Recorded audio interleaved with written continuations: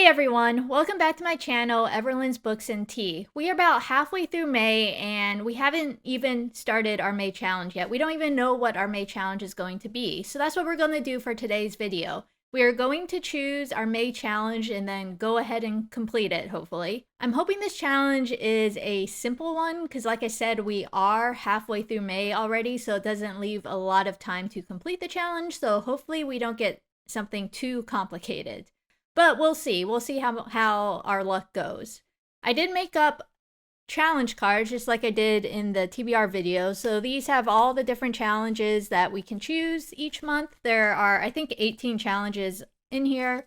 So a pretty wide range to choose from. I really enjoyed the April challenge, which was using ChatGPT to choose my theme for a reading vlog. And I felt that was a lot of fun. So I'm hoping we get just as good of a challenge this month as we did in April. So I guess all that's left is to choose the May challenge. So we're going to mix up the cards here so we don't know what is on them. Well, I mean, we know what's on them, so we don't know which one is going to come up first.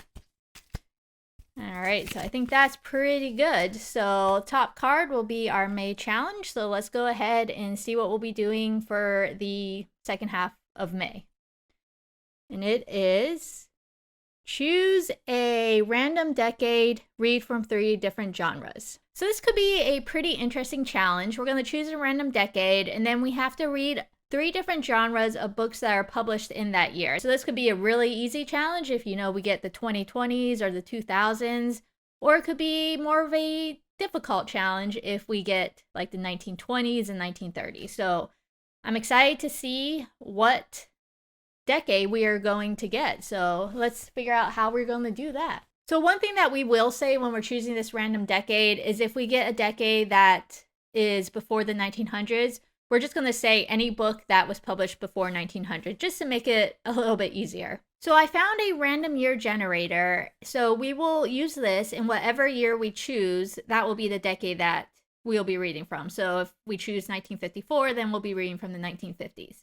We are going to generate years from 1890 to 2029. The reason we're going to do it that way is so that each decade has 10 chances of being chosen. So for the 2020s, if we did 20 to 24, that would only give it 5 chances. But if we put in 2029, it'll be 10 chances like all the other years. So let's go ahead and hit randomize and see which decade we will be reading for this reading vlog. All right, here we go. Oops. Realize choosing 8 years. We just want to choose 1 year. All right, let's do this again. Here we go. 1945. So I guess we are going to be reading books that were published in the 1940s. This could be interesting and challenging. I think a mystery book, a mystery genre wouldn't be too bad. I feel like Agatha Christie, her books were written way long ago and they're still fun to read. So I think that's a genre that can kind of stand the test of time. I'm excited to see fantasy books there may be out there from the 1940s. Hopefully we can find one. I'm not really sure when fantasy became super popular, but hopefully maybe there'll be some fantasy books from the 1940s.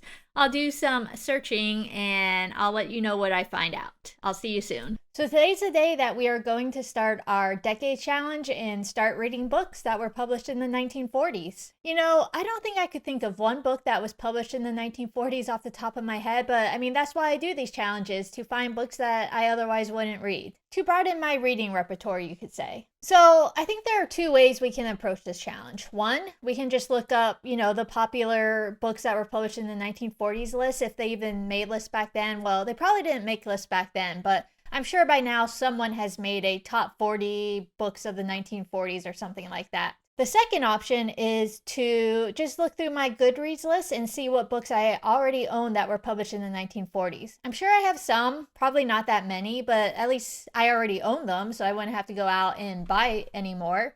And, I'll be knocking down my electronic book TBR, where I have way too many books because I buy way too many electronic books because it's way too easy to do that. So I think it's better just to use my Goodreads list because that way I can, knock these books off of my TBR. So let's pull up Goodreads and see what books I have out there, because honestly, I have no idea what books I own that were published in the 1940s. So I pulled up my Goodreads, which has all the electronic books I own. I painstakingly put them into this list as I buy them. So it's very accurate, very up to date. So I sorted them all by date published. So let's scroll down till we hit the 1940s and see what options we have to choose from this challenge, because like I said, I have no idea. We've reached the 1940s. Let's just take a quick scroll through, see what books I own, what our options are, and then I guess we'll go from there.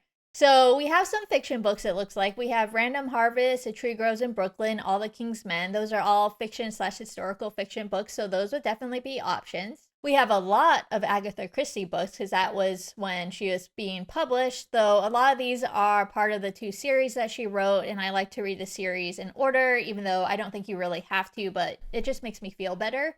So probably won't choose one of those. We'll see if she has a standalone, because that would work, and we'll just kind of have to hope that she does. Let's see, we have The Little Prince, which is a fantasy book. It's like a classic children's book, and it's short, so that would help this challenge out a lot. So that is definitely on my radar. We have The Intelligent Investor, which is a very long, very in-depth nonfiction book on finance. I think it's like over 600 pages, so I wouldn't hedge my bet that that's the one that we are going to go with. We also have The 21 Balloons, which I've actually already read. That, when I was looking through my Goodreads since I've started tracking my books, which was like back in 2012, this is the only one I've read that was published in the 1940s. So this challenge is going to quadruple the amount of books I read from this decade. We have Crooked House. Perfect. That looks like it's a standalone by Agatha Christie. So we got our mystery thriller there. We have The Fires of Spring, which is just a fiction book. And then we have 1984, which I didn't even realize was published in the 1940s. But that would be an option as well, since the last time I read that was back in school and I don't really remember a lot about it. So we definitely own enough books from the 1940s to be able to pull from 3 different genres, so that's great. But I think I'm going to start this challenge with an Agatha Christie book, because I know I love her books and I really enjoy every single one that I read. And I feel like it's a good way to jump into a decade that I'm otherwise not real familiar with. So let's start out with Crooked House by Agatha Christie. It's actually pretty short. It's only like 260 pages, so I should be able to complete it today. And I'll come back later and update you on my thoughts about it. So I'm excited. I think this is a perfect way to start the challenge. Like I said, I love anything written by Agatha Christie. I've never read this one. I used to read so many of these books when I was in school. So I'm excited to see how this one goes. I'll be back checking in with you later on today. All right, so I finished Crooked House by Agatha Christie and I absolutely loved it. I would give it somewhere between a 4 and a 4.5 out of 5. I enjoyed this book so much. I think it's probably going to be one of my favorite Agatha Christie books, which is not surprising because apparently this is one of her top 2 books that she wrote, one of her top 2 favorite books.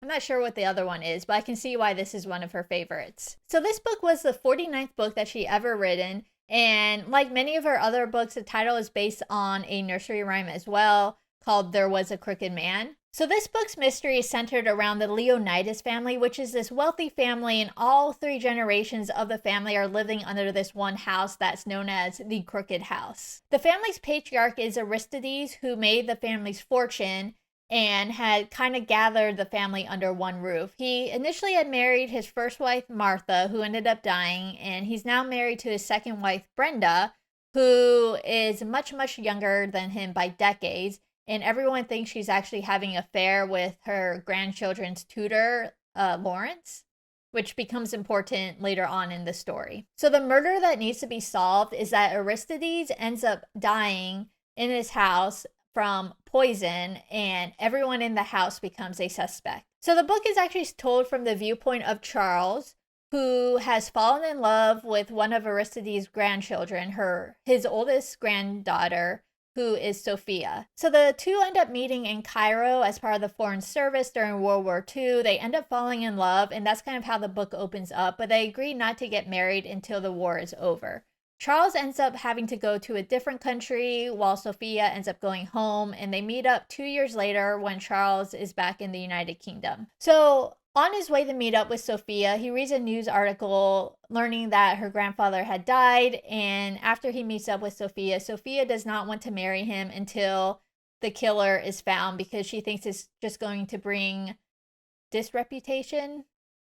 It's going to hurt the reputation of Charles if she marries him before that happens. And of course, it just so happens that Charles is the son of the assistant commissioner of Scotland Yard, and Charles ends up investigating the case from the inside alongside Detective Chief Inspector Taverner, which that's the only part of this I found a little bit odd, is how the son, who's not a detective, gets to investigating this case, finding out all the secrets, especially when he's dating the granddaughter that he could kind of tell these secrets to if she was the one to have done it or not. So that's the only odd part in this book, because I don't think this would happen in real life. Maybe it did back in the 1940s. Obviously, I didn't live back then, so I'm not sure. But that's the one part that didn't seem quite so realistic. So what the investigation found is that everyone in the house has the means, the opportunity, the motive to kill the patriarch of the family, and no one seems to have an alibi. So the investigation starts off with everyone being a suspect and kind of goes from there through a lot of twists and turns and surprises. And I will say the ending of the book, when we find out who the killer actually is, was a total surprise. I had no idea. And I feel like I never know with Agatha Christie books who the killer is going to be. So like I said, I love this book. I love reading it from the outside perspective of Charles, who kind of talks to all the people who are living in the house, finds out their stories, gets ideas, does his own investigating. My most favorite interactions in this book is between Charles and Josephine. Josephine is this precocious 12-year-old girl, the youngest grandchild of Aristides. And she loves detective novels, she loves investigating, and she kind of comes to Charles with all her ideas about who may have done it. And the interactions are just fascinating and well written. And I think that was my favorite part of the book. You can definitely tell this book was written in the 1940s just by the way the dialogue is. There's not a lot of description to it, but definitely by the way the dialogue is, it just sounds very fancy and formal. But I think that's the case for most of Agatha Christie's books. But I think this was a perfect way to start off this challenge, because the 1940s, reading books from back then can be a little intimidating, but this was a good read. It was a fun read, and it's a book I would definitely read again. Apparently, there's also a film that came out in 2017 called The Crooked House, though it didn't get the best reviews. It was like a little over 5 on Rotten Tomatoes. But definitely a movie I may want to check out now that I've read the book. But we'll see. I gotta see if I can find it anywhere. So like I said, Crooked House by Agatha Christie. We're giving a 4 to 4.5 out of 5 stars. And we are going to go find the second book that we are going to read. So that completes day 1 of this challenge. I will come back on another day and we will choose our second book and read it and see how that one is. So far, loving this challenge. I'll see you soon. So we are on a new day now for this 1940s challenge. We completed The Crooked House by Agatha Christie, which, like I said, probably like 5 seconds ago in this video, I really enjoyed. So after that, I ended up scrolling through my Goodreads list just to see what next book I could find to read. So after looking at all the options I had, I ended up going with The Little Prince by Antoine de Saint-Exupéry. And I'm going to put the cover up here so I don't have to hold this the entire time I'm talking about it, because iPads are a little bit on the heavier side. Plus you can see all my lights in the reflection. So there were 3 reasons I ended up choosing The Little Prince. The first was it's a fantasy, so it's a different genre than your mystery thrillers. So that, checked off that box. Second, it is considered a classic. It's been translated in like over 550 languages. It's actually the second most translated book in the world after the Bible, which is kind of crazy. And I like to get classics off my list here and there. It's not something that, I read every month, but when I have the chance to, it's nice just to check off another one. And then the third and really most important reason that I ended up going with this book is that it's a novella. It is short. And having to read 3 books for this challenge on top of my monthly TBR, I needed something that was on the shorter side, and this checked that box very nicely. Not only was this book less than 100 pages, there were also these beautiful watercolor illustrations that were scattered throughout the book and made this book a very quick, very nice, easy read. I think I read it in a couple of hours at most. So you may be wondering what The Little Prince is about if you never read it. I have owned this book for a very long time and never actually got around reading it because I really didn't know what it was going to be about, what it was going to be like. It was written in the 1940s, so I didn't really know if it was going to kind of get my interest in it or not. But I ended up really enjoying this book. So not only was the author a writer, he was also a military pilot from France, and he drew on some of his experiences as a military pilot for the story of this book, which was kind of cool. So the biggest experience that he seemed to draw on for this story was that he had a flight where he was trying to break the speed record between flying from France to Vietnam, and in that flight, he ended up crashing in the Saharan desert, far away from anyone. Him and his co-pilot ended up surviving, but they were wandering the desert for like 4 days before they were finally found by this man from a nomadic tribe that lived in the desert. And this man ended up saving him and his co-pilot's life by giving him this special rehydration treatment that was native to the area. And he took this experience and threw it into the beginning of this book, it seems. Because this book starts off with the narrator, who's an adult, who's also a pilot, crashing into the Saharan desert far from civilization. So while the narrator is trying to repair his plane so he can get out of this desert, he is met by this young boy who is nicknamed the Little Prince. The first thing that the Little Prince ends up asking the narrator is if he could draw him a sheep. And the narrator used to love drawing when he was a child, but kind of got away from it because no one appreciated his drawings. But eventually he ends up drawing the little boy, his sheep, and the friendship kind of began from there. So as the narrator continues to repair his airplane, the Little Prince starts telling him all the tales of the adventure since he left his home planet, which was not Earth.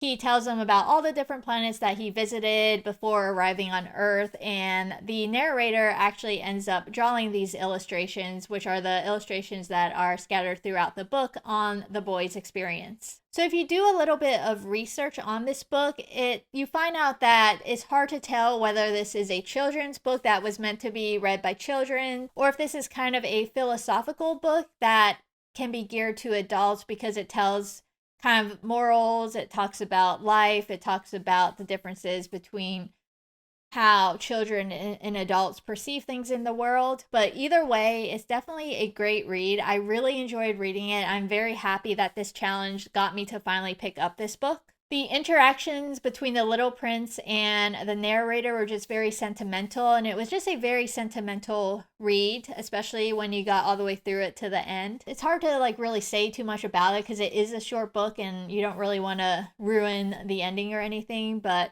I am very happy that I picked this book up. Like I said, definitely highly recommend it. It's a quick read. You can get it done in an hour or two, and you've read the second most translated book in the world once you finished it. So I'm very happy that this book ended up on my reading list. I'm glad that the 1940s Decade Challenge finally got me to read this book from beginning to end.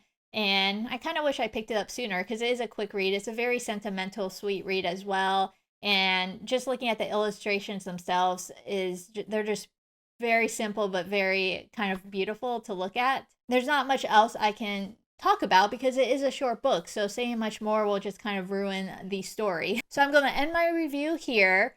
We are now 2 books down for this 1940s challenge, which means we have 1 more to go. Looking through my list, I think the last one's probably going to have to just be a fiction/historical fiction book because that's really the last genre I have left, unless I want to read the 600-page nonfiction finance book, which I'm probably not going to do that. So I'm going to go scroll back through the Goodreads list, see which books stand out to me, and get to reading it. And I will come back once I finished it, and I will give you my thoughts on that book, and then my thoughts on how I think this challenge was. And I will see you at that point. All right, so we are back on this final day to discuss the final book that I chose for this 1940s reading challenge. After finishing The Little Prince, I once again went back through my Goodreads book, knowing that I was going to have to probably choose a fiction book or historical fiction book, just based on the options that I had on my list. So I thought about reading All the King's Men, The Tree Grows in Brooklyn, both of which I've at least heard about, but when I looked them up, they are both very long books, one being over 500 pages, the other over 600 pages, and I wasn't quite ready to jump into that long of a book for this challenge.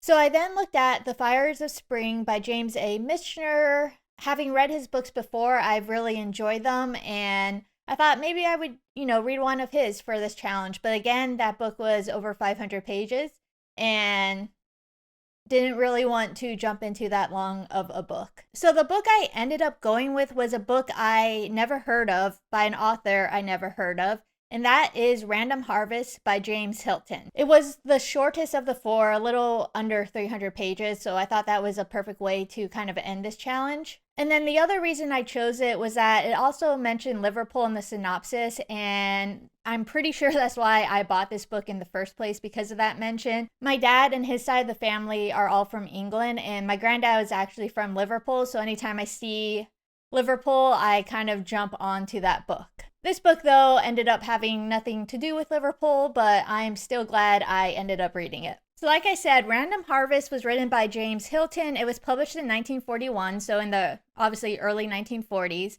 And like many of James Hilton's books at the time, this one was immensely popular. It actually ended up number 2 on the publisher's weekly best-selling novels at the end of 1941. So I'm going to attempt to tell you the plot of this book. It's a very convoluted plot, so I don't know how good of a job I'm going to do with this. So you're going to have to bear with me, because this is very difficult to kind of tell. So this book follows Charles Rayner. It starts off in 1937 when Charles Rayner, who's a wealthy businessman and a politician, ends up meeting a man named Harrison on the train.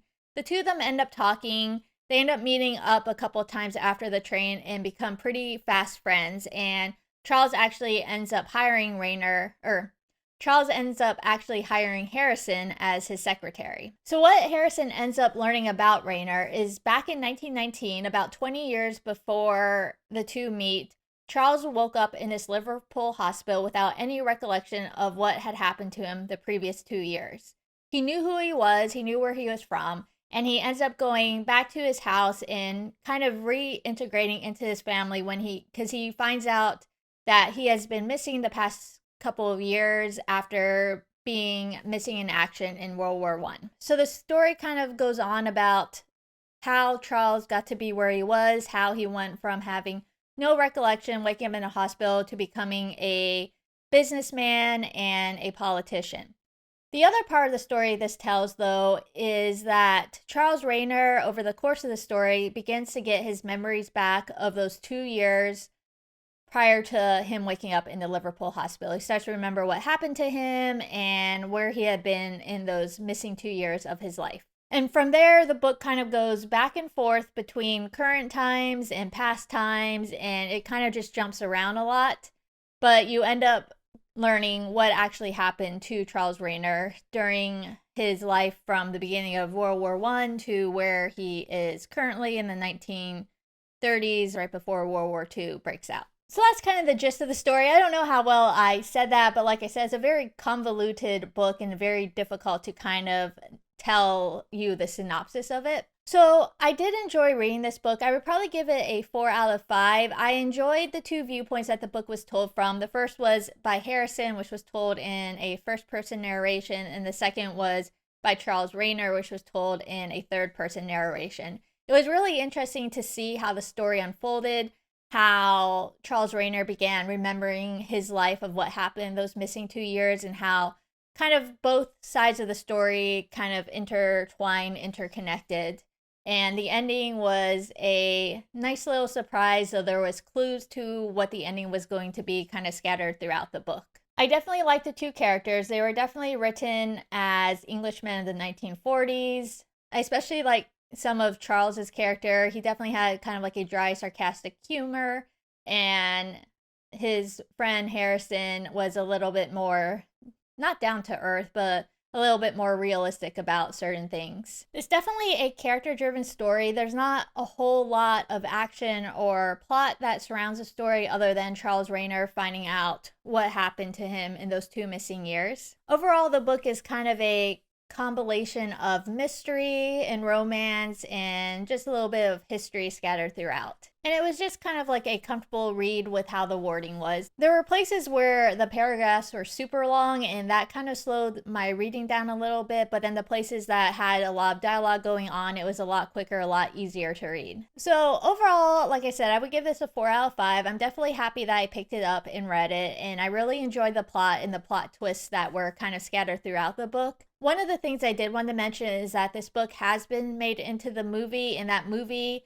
if you see it before you read the book, kind of ruins the surprise ending of the book. So I would definitely read the book before seeing the movie if you haven't already, or if you plan on seeing the movie. I don't know, it's from 1942. But it did win an Academy Award, I believe, so it's probably worth checking out if you can find anywhere to view it. The one other thing I wanted to say before ending this review is that the characters are very memorable. They were very well written, and you felt like you really came to know who they are.